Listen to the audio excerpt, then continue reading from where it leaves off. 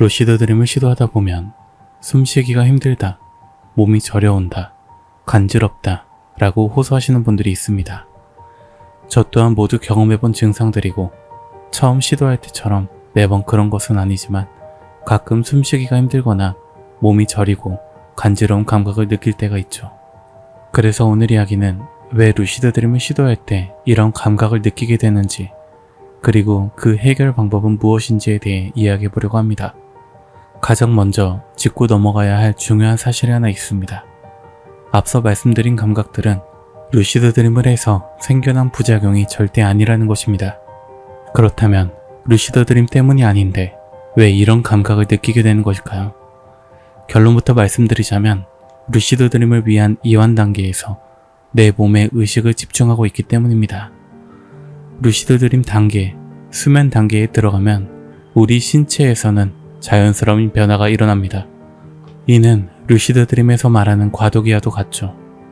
일반적인 사람들은 이런 변화가 일어나기 전에 의식이 끊기고 자연스럽게 잠에 들게 됩니다. 수면 상태에 접어들면 몸이 이완이 되고 호흡이 안정화되면서 얕은 규칙적인 복식 호흡을 하게 됩니다. 하지만 루시드 드림을 유도하는 과정은 수면에 들면서도 의식을 계속 붙잡고 있어야 합니다. 즉, 수면 단계에서 일어나는 몸의 변화를 맨정신으로 경험하게 되는 것입니다. 평소 깨어있을 때와 호흡 패턴이 다른 얕은 수면 호흡, 이 또렷한 의식 상태에서 그 얕은 수면 호흡을 느끼다 보니 마치 호흡곤란이 온 것처럼 숨쉬기가 힘들다고 착각하게 되는 것이죠. 저도 처음엔 너무 불편하고 숨쉬기가 힘들어서 루시드 드림을 포기하고 그냥 잠든 적도 있습니다. 하지만 이 단계를 자주 경험하다 보니 억지로 호흡을 통제하려 하기보다 호흡은 내 몸에 온전히 맡기고 의식을 분리하는 데 집중하면 전혀 지장이 없다는 것을 알게 되었죠.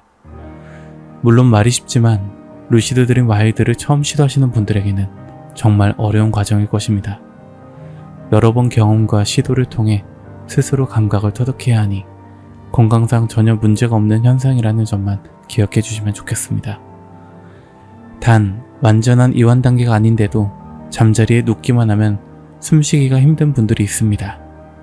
이는 루시드 드림 때문이 아니라 불면증이나 수면 무호흡증, 잘못된 수면 자세, 혹은 스트레스나 급격한 체중 증가로 인한 실제 수면 장애일 수도 있습니다.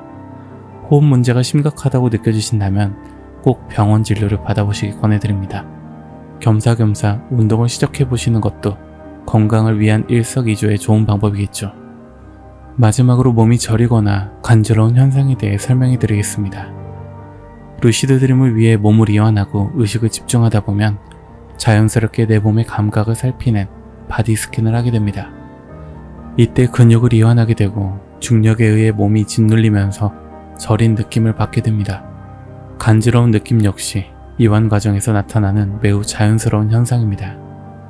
만약 몸이 너무 저리거나 간지러워서 방해가 된다면 억지로 참지 마시고 편하게 자세를 바꾸시거나 간지러운 곳을 살짝 긁어준 뒤 다시 이완을 하며 루시드 드림을 시도하시면 됩니다.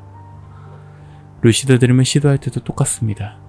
수면에 드는 몸의 변화를 처음부터 끝까지 또렷하게 느끼다 보니 루시드 드림을 하니까 몸이 저리네, 위험한 거 아닌가 하는 오해가 생기는 것입니다. 저 역시 처음 과도기를 경험했을 땐 이런 걱정들을 했었습니다. 이명이 이렇게 큰데 귀가 상하는 건 아닐까? 눈앞이 너무 밝은데 시력에 무리가 가는 건 아닐까?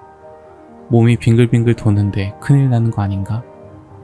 괜히 두려워지다가도 또한 신기한 감각 때문에 다시 시도해보곤 했던 기억이 납니다. 하지만 자주 경험해본 결과 이는 그저 지나가는 자연스러운 과정일 뿐이니 가볍게 넘기시는 게 가장 좋습니다. 늘 말씀드리지만 그런 의심과 걱정은 오히려 무서운 꿈이나 제한적인 꿈을 유도하기 때문에 루시드 드림에 전혀 도움이 되지 않습니다. 제가 말씀드린 내용을 참고하셔서 두려움은 내려놓고 편안하고 안정적인 꿈여행을 즐기시기 바랍니다. 오늘 이야기는 여기까지입니다. 오늘 방송이 유익하고 다음 방송이 기대되신다면 구독과 좋아요, 알림 설정까지 꼭 부탁드립니다. 그리고 여러분의 댓글은 제게 아주 큰 힘이 됩니다. 오늘 방송도 끝까지 들어주셔서 감사합니다.